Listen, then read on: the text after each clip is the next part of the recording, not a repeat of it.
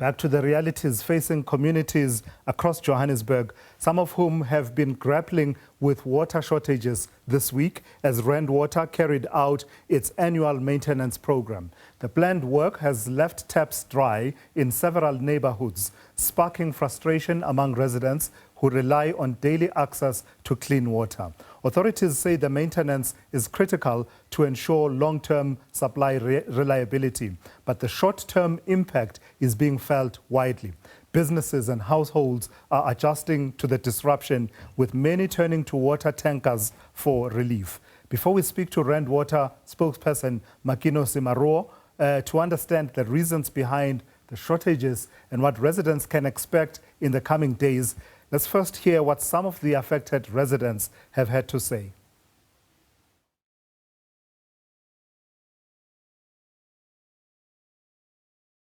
There's a serious challenge here about water in Johannesburg. We don't know as to why.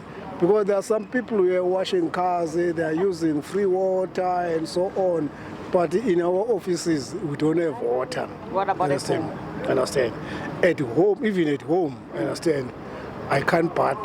For almost a week. Now imagine in your house there's no room now. You must be staying with empty buckets, 20-liter buckets. That's not nice. It's not nice. So how else are you coping? What else are you doing to get water? Are there trucks that are delivering water for you? No, I never see them. I have to go to work.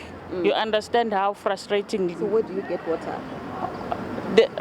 After a week, maybe. From a borehole, there's a nearby borehole or something like that.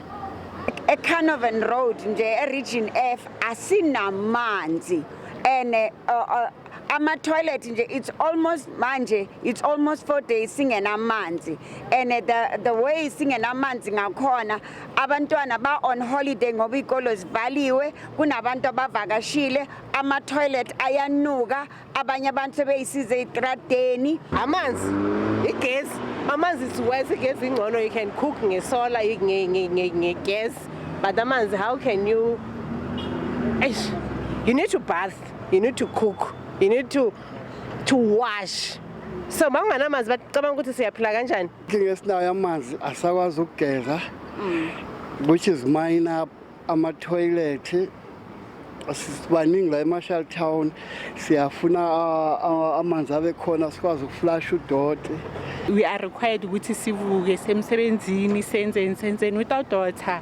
My sister, it's bad. Life. How are you coping? We are just trying to survive, and it's costly because we need to go and buy water, because even I'm a trucker, our fee every day, and sometimes I figure semsebenzini yabona njengamanje ba deliver marathina sikho semsebenzini, so ayikho convenient lento ama-trucker still, so yeah, it's a challenge. So those are some of the views of residents of different parts of Johannesburg that have been affected by water shortages in the last few days. So why is all of this happening? Let's pick up the conversation with Makenosi Maroo, Rand Water spokesperson. Good afternoon, and thank you for joining us, Makenosi. When we spoke a couple of days ago, you and I, there was assurance that you were working with your stakeholders, the various water authorities in the cities of Ekurhuleni, Johannesburg, Tshwane, and others, that the impact would be minimized and contingency measures would be put in place. Why are we seeing this level of inconvenience and lack of water across various parts of Johannesburg then? Good afternoon to Lasizwe. Good afternoon to the viewers.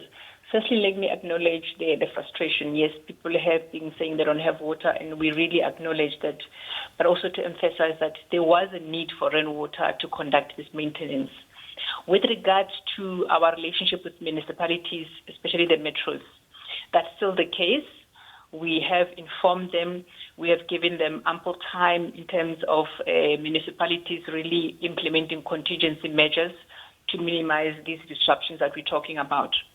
They have assured us that they are dispatching water tankers, and a number of areas have recovered. It's actually it's a handful of areas that have not recovered yet. So I know you can't throw them under the bus, and the responsibility to provide the contingency measures doesn't rest with you primarily as Rand Water. But I'm wondering, to what extent are you seeing what you had planned with these municipalities being rolled out? Because at the very least, you are privy to what the plans were versus the reality that communities face. No, absolutely, we are, and we are having these engagements daily with municipalities, especially the 3 metros, just to get an update where they're providing tankers. The feedback that we are getting is that they are providing tankers. Also, there are areas where obviously the demand is high, so they would have to provide tankers a couple of days or hours. Let me say within a day, it would be a number of hours where they have to refill the tankers. So that we do understand and we do appreciate, and we do get feedback from some municipalities. From Rand Water's side, we are part of the value chain. We will not just ignore it and say it's not our responsibility. We are still working closer with municipalities to try and minimize these disruptions. So locate us in terms of the work that needed to be done. How far have you gone and what still needs to be done? We have completed the first phase of the maintenance, which started on last week, Saturday. We completed on Monday. So now we are moving to the second phase. The first phase actually went very well. It's the recovery, as indicated. A number of areas have recovered, but some of them are still coming in terms of full recovery. The second phase started yesterday on Friday the 19th at 6 p.m., and it will be completed tomorrow on Sunday at midnight. So here we are replacing a valve, and who will be impacted? It will be mainly the Ekenhof system, where we are refurbishing. So it will be part of the, how would you call it, the meters. It will be the meters that will be impacted more than reservoirs. But obviously by default, reservoirs will be impacted. Yeah, so say a bit more then. When you talk about that system, which areas of cities like Johannesburg, Ekurhuleni, Tshwane and Madibeng would be affected?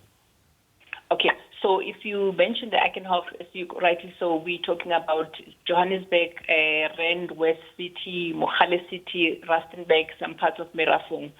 So here, when we talk about Johannesburg, we talk about Merridale, Delta Vreden, Krugersdorp reservoir. Those reservoirs will be impacted.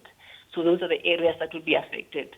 And then coming to the, the meters, it will be some parts of Soweto that will be impacted, but it will be about for 54 hours.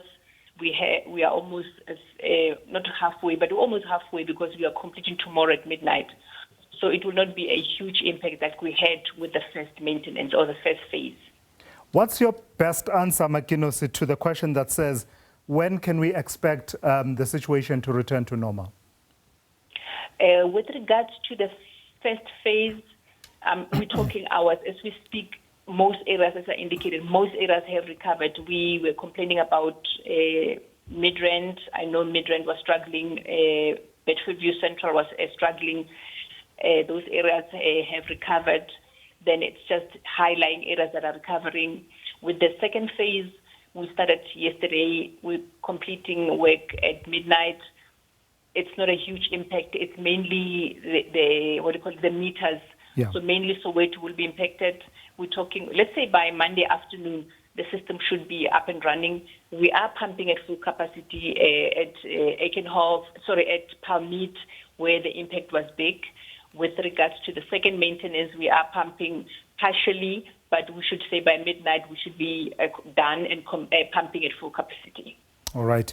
Thank you for that. Makenosi Maroo, spokesperson for Rand Water, talking there about the disruptions that we have seen, at least from their perspective. There's still the perspective we still need to get from the various cities, City of Johannesburg, City of Tshwane, City of Ekurhuleni, and other municipalities mentioned there that are affected by those systems that Rand Water is doing maintenance on.